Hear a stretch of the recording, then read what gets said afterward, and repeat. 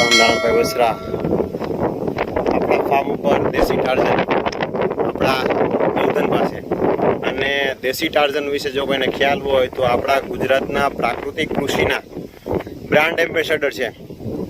તમે જોઈ શકતા હશો ગમે ત્યાં ગૌશાળાએ જાય ને, ગમે ત્યાં ગૌશાળાએ આ એક પરમ તત્વ અને એક એવું ઉર્જા છે કે ગમે તે ગૌશાળાએ જાય એક ગાયું એને કાંઈ બોલે જ નહીં. એટલે ગમે ત્યાં જાય, આપણી ગીર હોય તો ભલે, કાંકરેજ હોય તો ભલે, કચ્છમાંય પણ ગયા ન્યાય પણ આ જ રીતે. એટલે આ એક પરમ તત્વ એવું અસ્તિત્વનું છે કે જે ગાય સાથે જોડાયેલું છે અને એનું જીવન સમર્પણ એને ગાયને બચાવવા માટે, ગાયને ઉજાગર કરવા માટે, ગાયનું ટૂંકમાં એમ કહે કે ગાયની મહિમા શું છે એના વિશે ઉજાગર કરવા માટે થઈને પરિભ્રમણ કરે છે કે ગાયની તાકાત શું છે. આના આપણે ઘણા બધા વિડીયા મૂકેલા છે અને ગાયની તાકાત શું છે. સપાટા મારવા વર્ગે ત્યારે સપાટા મારવાનું ચાલુ કરે ત્યારે તમે જોયા જ હશે કે કેવી રીતે સપાટા મારે છે. તો અત્યારે જો આપણે અહીંયા છે અને હમણાં થોડી ઘણી વારમાં હમણાં થોડું વર્કઆઉટ એ કરવાના છે. પણ ગાય દેખે એટલે ગાયને આમ ટૂંકમાં રમાડવામાં, સહેલાવવામાં આતુર રહીએ, એને ખંજવાળવું, એને ટૂંકમાં એની પાસે જ રહેવું. એટલે આ જ રીતે. અને અમારે પણ એની સાથે એક એવો નાતો થઈ ગયો છે કે આ બાજુની સાઈડ આવે એટલે અહીંયા આવે ને આવે, અચૂક આવ્યા વગર ન રહીએ. એટલે આ એક આપણી એવી ગૌ માતાની કૃપા કહેવાય. કેમ કે નહીંતર દેશી ટાર્ઝનને ઘણી બધી ઓફરો આવી ચૂકેલી છે અને એડની ને બધી વસ્તુની, બરાબર. તો આપણે એને કોઈ પણ પ્રકારના એવા પૈસા ખર્ચી અને બોલાવી ન શકીએ. પણ ગૌ માતાની કૃપાથી, ગાય માતાની દયાથી એ અત્યારે અહીંયા આપણા સાનિધ્યમાં ગૌધામમાં આપણી ગૌશાળાએ છે.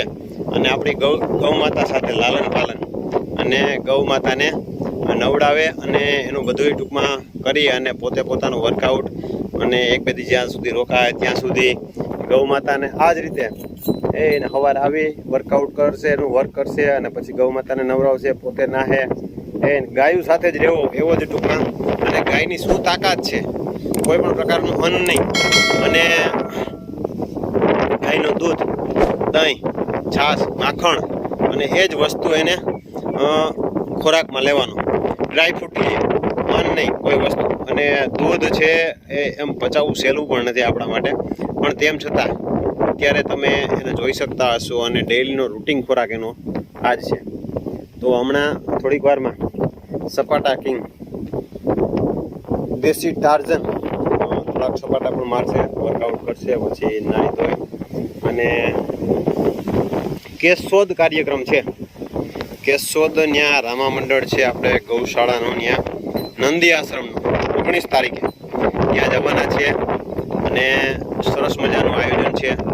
તો બધા જ લોકો ત્યાં લાઈવ તેમને જોવા હોય તો કેશોદ તમને જોવા મળશે. અને ખાસ કરીને આપણો વિડીયો શેર કરજો જેથી કરીને ગૌ માતાની તાકાત શું છે, ગૌ માતાની તાકાત શું છે ખ્યાલ આવે. આ તમે જોઈ શકતા હશો કે ગૌ માતાનું લાલન પાલન કરી અને ગૌ માતા પણ કેટલો એનો આનંદ લે છે. કહેવામાં આવેલું છે કે ગૌ માતાની પૂંછડીમાં હનુમાનજીનો વાસ છે. નાના બાળકોને નજર લાગે તો હનુમાનજી આ ગાયનું પૂંછડું ફેરવવામાં આપણે શાસ્ત્રોક્ત છે. તો અત્યારે દેશી ટાર્ઝન છે એ અત્યારે હનુમાનજી રૂપી દેશી ગૌમાની પૂંછને પોતા ઉપર ફેરવી અને એને સેવા કરે છે. આ દેશી ટાર્ઝન ગયા વર્ષે પણ આપણે આ ગાય સાથેનો અસંખ્ય વિડીયો છે અને આપણે મૂકેલા પણ છે. અને કેટલા વિડીયો એની ગાય નીચેથી ગળકતા અને એવા બધા વિડીયો છે.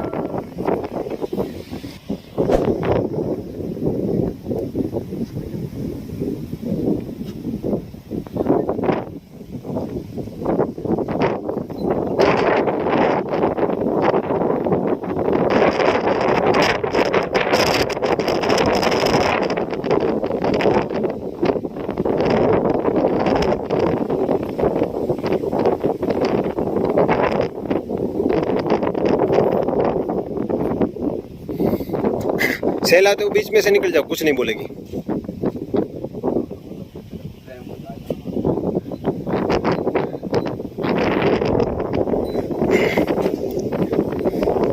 છે દેશી ગાર્ડનનો પ્રેમ ગૌ માતા કે પ્રતિ સહેલાય અને આ અમારી ગાયને થોડું ઓછું ગમે પણ તેમ છતાં કંઈ બોલતી નથી. આ એની ખાસિયત છે. મને ખંજવાળો, બીજા કોઈને ખંજવાળવામાં એવું છે ને રુદ્રનું? હે એ રુદ્રનું ને ભદ્રનું બેયનું કામ છે. ઓલો તો હોયો ગયો, નકર એ બે હોય ને તો એકબીજા બે માથા માર્યા રાખે કે અમને જ ખંજવાળો, બસ બીજા કોઈને નહીં ખંજવાળવાનું.